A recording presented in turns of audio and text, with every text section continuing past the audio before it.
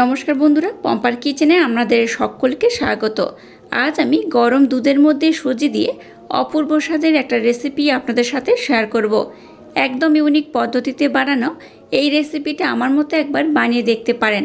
এটা যেমন খাস্তা তেমন মুচমুচে, আর মুখের মধ্যে দিলেই দেখবেন মিলিয়ে যাবে, আর একবার খেলে বারবার বানাতেও ইচ্ছা করবে। এটাকে বানিয়ে আপনারা অনেক দিন সংরক্ষণও করতে পারবেন। বাচ্চা থেকে বড় যেই খাবে সেই আপনাকে ভীষণ প্রশংসা করবে।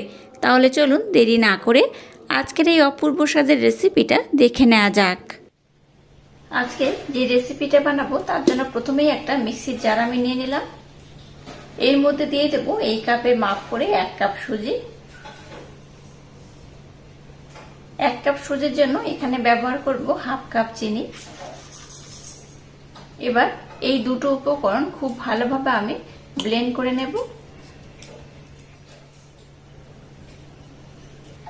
সুজি আর চিনিটাকে আমি খুব ভালোভাবে ব্লেন্ড করে নিয়েছি। এবার এটাকে আমি পাত্রের মধ্যে ঢেলে নেব। এবার এর মধ্যে দিয়ে দেবো 1 কাপ ময়দা। আপনারা এখানে ময়দার পরিবর্তে গমের আটাও ব্যবহার করতে পারেন। তো এখানে আমি 1 কাপ ময়দা দিয়ে দিলাম। দিয়ে দেবো সামান্য একটু লবণ আর অল্প একটু এলাচ পাউডার অ্যাড করলাম। তাতে করে এই রেসিপিটার টেস্ট দ্বিগুণ বেড়ে যাবে আর স্মেলটা খুব সুন্দর হবে। এবার এই শুকনো উপকরণগুলো খুব ভালোভাবে মেখে নিতে হবে। প্রত্যেকটা উপকরণ যেন প্রত্যেকটা উপকরণের সাথে খুব ভালোভাবে মিশে যায়, সেইভাবে সুন্দর করে এটাকে মেখে নিতে হবে। শুকনো উপকরণগুলো খুব ভালোভাবে আমি মেখে নিয়েছি। এবার ময়মের জন্য সাদা তেল এখানে অ্যাড করব। এই রেসিপিটাকে খুব সুন্দরভাবে খাস্তা করার জন্য একটু ময়ম বেশি করে দিতে হবে। আপনারা চাইলে কিন্তু সাদা তেল দিয়ে এটাকে ময়ম করে নিতে পারেন, নতুবা শুধু ঘিও ব্যবহার করতে পারেন। আর ঘি তেল দুটো একসাথে মিক্সড করেও কিন্তু এটাকে ভালোভাবে ময়ম দিতে পারেন। তো এখানে আমি 3 চামচের মতো সাদা তেল দিয়ে দিয়েছি। আপনারা চাইলে 3 চামচের মতো ঘিও অ্যাড করতে পারেন। যাই হোক, এবার আমি সমস্ত শুকনো উপকরণ খুব ভালোভাবে এইভাবে ডলে ডলে মেখে নেব। এটাকে খুব ভালোভাবে ময়াম করতে হবে, তাতে করে এই রেসিপিটা খুবই সুন্দর হবে। সমস্ত শুকনো উপকরণ দেখুন খুব ভালোভাবে মেখে নিয়েছি বা খুব সুন্দর করে ময়াম দিয়ে নিয়েছি। এবার দেখুন এইভাবে মুঠি করলে মুঠি হয়ে যাবে, আর চাপ দিলে তবেই ভাঙবে। এইভাবে সুন্দর করে এটাকে ময়াম করবেন, তাতে করে কিন্তু রেসিপিটা ভীষণ খাস্তা হবে, দেখতেও ভালো লাগবে, খেতেও খুব সুন্দর লাগবে। এবার দেখুন যে কাপের মাপ করে সমস্ত উপকরণ নিয়েছি সেই কাপের মাপ করে 1 কাপ আমি গরম লিকুইড দুধ নিয়েছি। এই দুধটা কিন্তু একটু হালকা গরম রয়েছে, খুব যেমন গরম নয় আবার খুব ঠান্ডাও নয়, একটু হালকা গরম দুধ এখানে ব্যবহার করতে হবে। এবার এখানে দুধটা দেব আর মিশ্রণটাকে খুব সুন্দর করে মেখে নেব। দুধের পরিমাণটা একেবারে খুব বেশি দেওয়া যাবে না, একটু অল্প অল্প করে দিয়ে মাখতে হবে। মিশ্রণটাকে দেখুন এইরকম কিন্তু একটু নরম করে মাখতে হবে। এই সুজিটাকে একটু ফুলতে দিতে হবে। তারপরে এখানে যদি কোনো উপকরণ লাগে সেটা আমি পরে দেখিয়ে দেব। তো এটাকে দেখুন খুব সুন্দর করে মেখে নিয়েছি। আর এখানে কিন্তু খুব বেশি দুধের প্রয়োজন হয়নি, অল্প দুধ হতেই কিন্তু এটা খুব ভালোভাবে মাখা হয়ে গেছে। আর মিশ্রণটাকে এরকম নরম করেই মাখাতে হবে। মিশ্রণটা এরকম নরম করে মাখালে তবে সুজিটা কিন্তু একটু ফুলবে, বা একটু ফুলে তারপর দেখবেন মিশ্রণটা একটু টাইট হয়ে যাবে। যাই হোক, মিশ্রণটাকে আমি খুব সুন্দর করে মেখে নিয়েছি। এবার এটাকে একটু আমি রেস্টে রেখে দেবো। 5 থেকে 7 মিনিটের জন্য রেস্টে রাখলেই হবে। তারপর আমি আবার নেক্সট টাইম আপনাদের সাথে শেয়ার করব। মিশ্রণটাকে আমি 10 মিনিটের জন্য রেস্টে রেখে দিয়েছিলাম। তাতে করে দেখুন মিশ্রণটা আগের থেকে আর একটু টাইট হয়ে গেছে, দেখে বুঝতেই পারছেন অনেকটাই টাইট হয়ে গেছে। আবার এখানে 1 থেকে 2 চামচের মতো ময়দা আমি অ্যাড করব। একেবারে খুব বেশি কিন্তু ময়দার পরিমাণ দিয়ে দেবেন না, অল্প অল্প দিয়ে এটাকে সুন্দর করে মাখতে হবে। আবার এখানে আপনাদের বলে রাখি, আমি এখানে ময়দা ব্যবহার করছি। ময়দা ব্যবহার করলে এই রেসিপির টেস্টটা দ্বিগুণ বেড়ে যাবে। আর আপনারা চাইলে এখানে গমের আটাও ব্যবহার করতে পারেন, তাতে কোনো রকম সমস্যা নেই। এটা মাখতে মাখতে আপনারা ফিল করতে পারবেন যে ময়দাটা আর লাগবে কিনা। আবার 1 চামচ ময়দা আমি অ্যাড করলাম। মোট এখানে 3 চামচ এক্সট্রা করে ময়দা আমি অ্যাড করলাম। আর এক্সট্রা করে ময়দা অ্যাড করার দরকার হবে না, মিশ্রণটা কিন্তু এই ময়দাতে খুব ভালোভাবে মাখা হয়ে যাবে। দেখুন মিশ্রণটাকে আমি খুব সুন্দর করে মেখে নিয়েছি। আর এইরকম কিন্তু একটু নরম করে মাখতে হবে, তাতে করে একটু বেশি ভালো হবে। একটু নরম করে মাখলে যে রেসিপিটা বানাবো একদম পারফেক্ট বানানো হবে।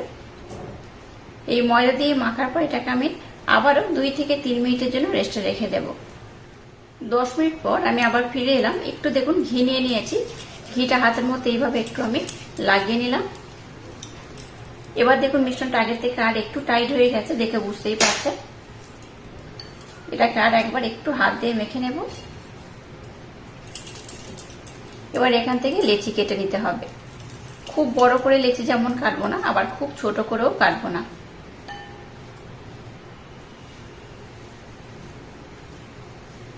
লেচিগুলোকে আমি এইভাবে কেটে নেব।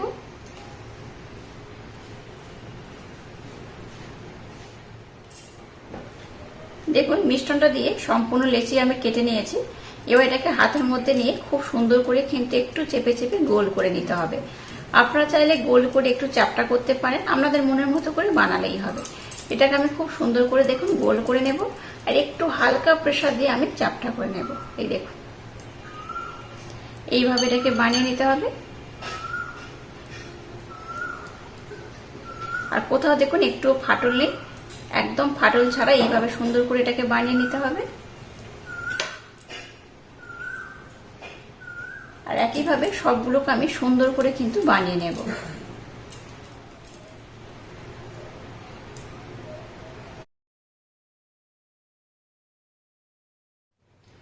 দেখুন সবগুলো আমি খুব সুন্দর করে বল বল করে বানিয়ে নিয়েছি, দেখে বুঝতেই পারছেন। চলুন এবার এগুলোকে আমি ভেজে নেব। গ্যাসটাকে জেলে দিই। এবার দেখুন একটা ফ্রাই প্যান বসিয়ে দিয়েছি, আর তার মধ্যে তেল দিয়ে দিয়েছি। আর তেলটাকে একটু হালকা গরম করতে হবে, খুব বেশি নয়, একদম হালকা গরম করতে হবে। এবার যেগুলো বল বল করে বানিয়ে নিয়েছি সেগুলো এই তেলের মধ্যে দিয়ে দেব।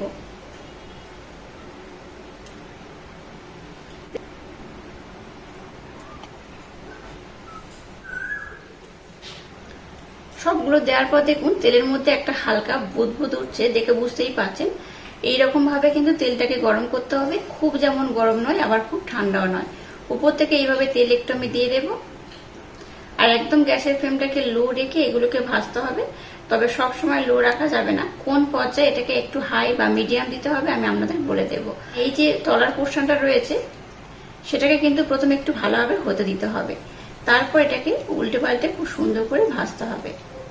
এটাকে প্রথমে একটু আমি হতে দেব।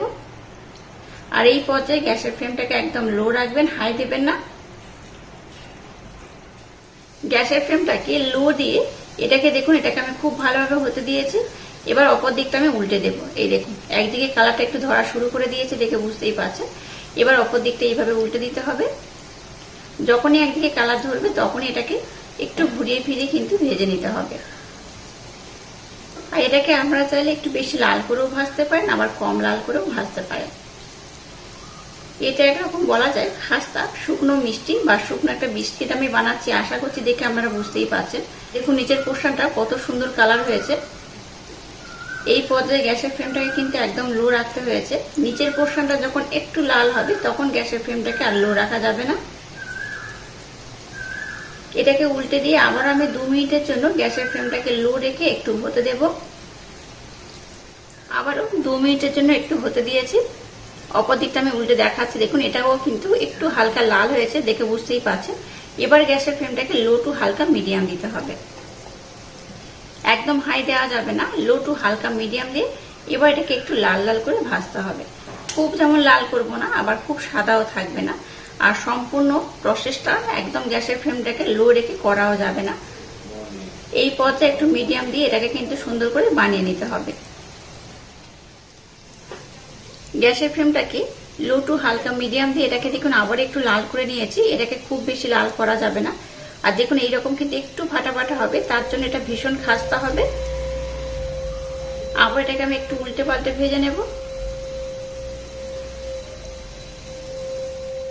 এগুলোকে আমি খুব সুন্দর করে ভেজে নিয়েছি। এগুলোকে আমি আর খুব বেশি লাল করব না।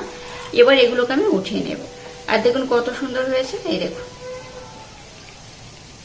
এইরকম কিন্তু একটু ফাটা ফাটা হবে, তার জন্য এটা ভীষণ খাস্তা হবে আর মুচমুচে হবে। এবার এগুলোকে আমি উঠিয়ে নেব।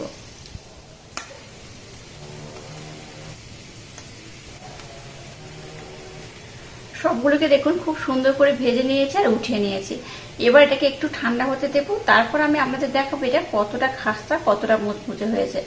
গরম অবস্থায় খুব কিন্তু খাস্তা হবে না, বা গরম অবস্থায় আমি আপনাদের দেখাতে পারবো না। এটাকে একটু ঠান্ডা করে তারপর আমি আপনাদের দেখাবো এটা কত সুন্দর হয়েছে। সবগুলোকে দেখুন খুব সুন্দর করে বানিয়ে নিয়েছি আর একটু হালকা ঠান্ডা করে নিয়েছি। এটা এখনো গরম রয়েছে।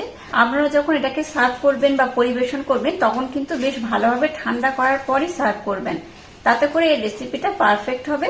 আর তাতে করেই বুঝতে পারবেন এটা কতটা সুন্দর হয়েছে, কতটা খাস্তা হয়েছে আর কতটা মুচমুচে হয়েছে।